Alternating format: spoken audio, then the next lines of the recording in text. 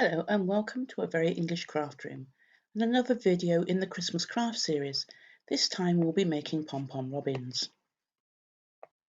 For this you're going to need some red and brown wool, some oddments of felt and some scissors, some eyes, if you've got them googly eyes, if not you can make them out of felt. I'm using a purchased pom-pom maker, but you could cut out 2 rings of card and use those. There'll be many tutorials of how to do that on YouTube, I'm sure. So first I'm going to use some red wool to make the robin's red breast. I'm going to do about 3/4 of the first half of the pom-pom ring here in the red, and everything else on that ring on that half and the second half will be in the brown. So putting on as many layers as I can to make him nice and fluffy. I've speeded this up a little, but not a lot. It's actually something you can do quite quickly. If you're doing it with 2 circles of card, though, you'll need smaller balls of wool because you'll need to be able to pass it through the centre of the rings. So now finished with the red, I'm going to start with the brown. So the rest of this half and all of the other half will be in brown. So try and make it the same sort of thickness as you have done with the red. So I've speeded it up a bit more here, just because you really don't need to see me keep doing this over and over again. So you want to do it so it's thick enough to sort of feel bouncy, but not too thick that you're going to have difficulty when it comes to snipping through the pom-pom in doing so with the scissors. So I finished winding it round and I'm cutting a small amount of wool there to wrap around it in a second. And now I'm going between the 2 discs and cutting through the wool, both the brown and the red, holding the discs together tightly so that the whole thing doesn't disintegrate. So the length of brown wool that you can see there, I'm going to use in a second to slip between the 2 discs, as you can see here, and I'm going to tie it in a knot and wrap it round again and tie in a knot again. If you wanted to use this brown wool to form the loop to hang the robin from the tree, make sure you finish it off where his head will be and then tie the ends of the wool into a loop. But I've cut them off because I'm going to use some thinner silver thread to make the loop. So I'm just going to repeat that process by wrapping that through between the 2 discs there, tying it in a knot, and then forming a loop and trimming the ends off. So this is quite fiddly. And if you're doing it with children, you might actually be better just to use the wool to form the loop. I'm just using this because I think it looks a little bit better, but the wool can always look a little bit rustic. At the end of this, where I show you another one I've made that I've actually used the wool for the loop and it looks absolutely fine. I've also made some pom-pom reindeer decorations, which I will put up as a separate video at some point for you to see.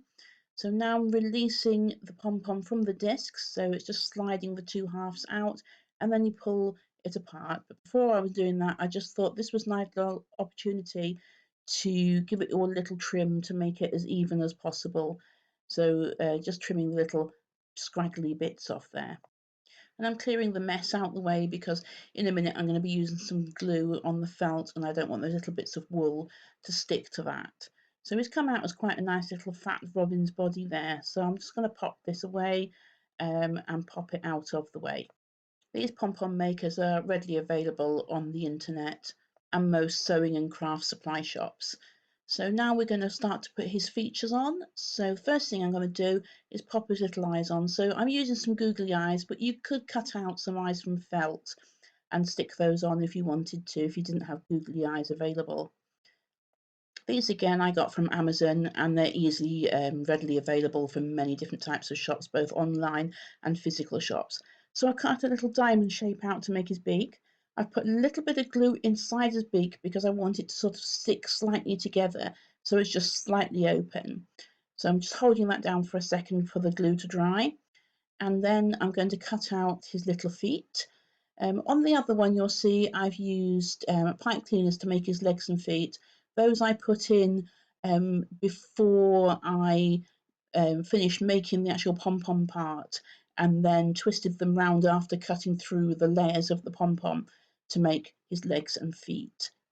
So a little bit of all-purpose craft glue here, just to put on his feet. Oh, and there it goes again. It always seems to happen that something tries to fly away with that glue. And then I'm just going to pop the pom-pom onto the feet there. Seems to be the easiest way to attach them. And then just turn him over and just squeeze them on just to make sure they're nicely attached. So I pushed them as firmly as I can into the wool, and now I'm applying a little bit of glue onto the beak on the fold there, and I'm just going to push that into the pom-pom and make sure it is nice and firmly attached to several strands of the wool. So now I'm going to look at making a little tail for the bird and some wings. So just freehand cutting out a tail here. To make it as symmetrical as possible, I folded it over. However, it turned out to be a little bit wide, so I'm just going to cut it down a little bit so that it's more in proportion with this bird. So a little bit of glue again on there, and then I'm going to push it into the pom-pom and make sure it's nice and firmly attached, making sure the string that I'm using to hang it from is out the way while I do that. And now it's time to cut out his wings. So here we go, a little freehand wing shape. You can see where I've made the previous one here. So we have a robin that lives in our back garden, and he's quite a cheeky little chap. Actually, I think we maybe have two, because sometimes the robin you see looks bigger than other times, so I suspect actually we've got a mating pair out there. So again, using the same multi-purpose craft glue, just putting a little bit on each wing, and then I'm going to press it firmly onto the sides of his body, one on each side. We have a bird bath in our garden, and actually even in this cold weather they still seem to like to have a little bit of a bath out there. Almost ready.